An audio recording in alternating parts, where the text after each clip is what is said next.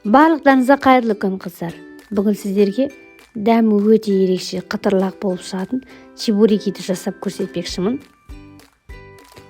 Ол үшін бізге ең алдымен електен өткізілген ұн, осындай қайнап тұрған су, сары май және аздап тұз керек болады. Тұзды ыстық суға құйып жақсылап араластырып ертіп аламыз. Сары майды да ыстық судың үстіне құйып жақсылап ертіп араластырып аламыз. Сосын ұнның үстіне құйып жақсылап осылай вилкамен араластырып, қолға жабыспайтындай етіп қамырымызды илеп аламыз.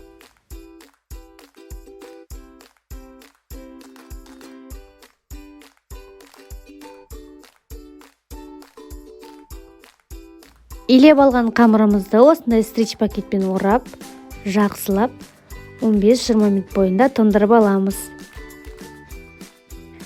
Осы уақыт аралығында арасына салатын салмамызды дайындаймыз. Ол үшін қызып тұрған табамызға майды құйып, пиязымызды жақсылап қуырып аламыз.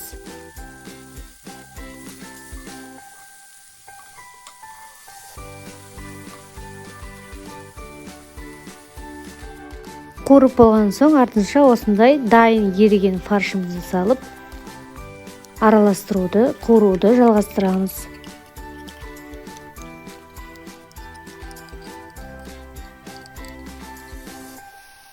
Қалауларыңыз бойынша қара бұрыш, осындай сақталған киімге жарты шай қасық және де жарты шай қасық тұз саламыз татымына қарай. Міне біздің фаршымыз дайын болды. Енді тынып тұрған қамырымызды алып, ұсақ зуалылар дайындаймыз.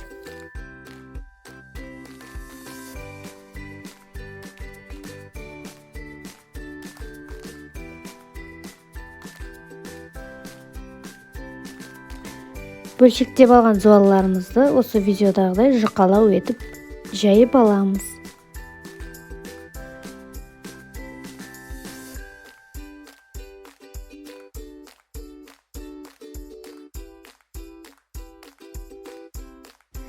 Күйіп шыққан чебурекилеріңіз ашылып кетпеу үшін осындай вилка пайдалансаңыздар болады. Бір жағынан өте әдемі көрінеді, әрі ашылып кетпейді, шашылмай әдемі болып пісіп шығады. Салмасына фарштан бөлек осындай сырларды да қолдандым.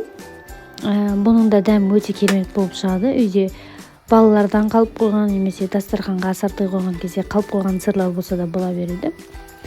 Желініп кетеді. Осылай онда туралған күйінде салып дәл осылай түйіп шықсаңыздар, өте керемет дәмді болып шығады ол да. Міне қызып тұрған табамызға осылай аз-аздан салып, астын орташа алауға қойып пісіріп аламыз. Екі жағы қызарғанша.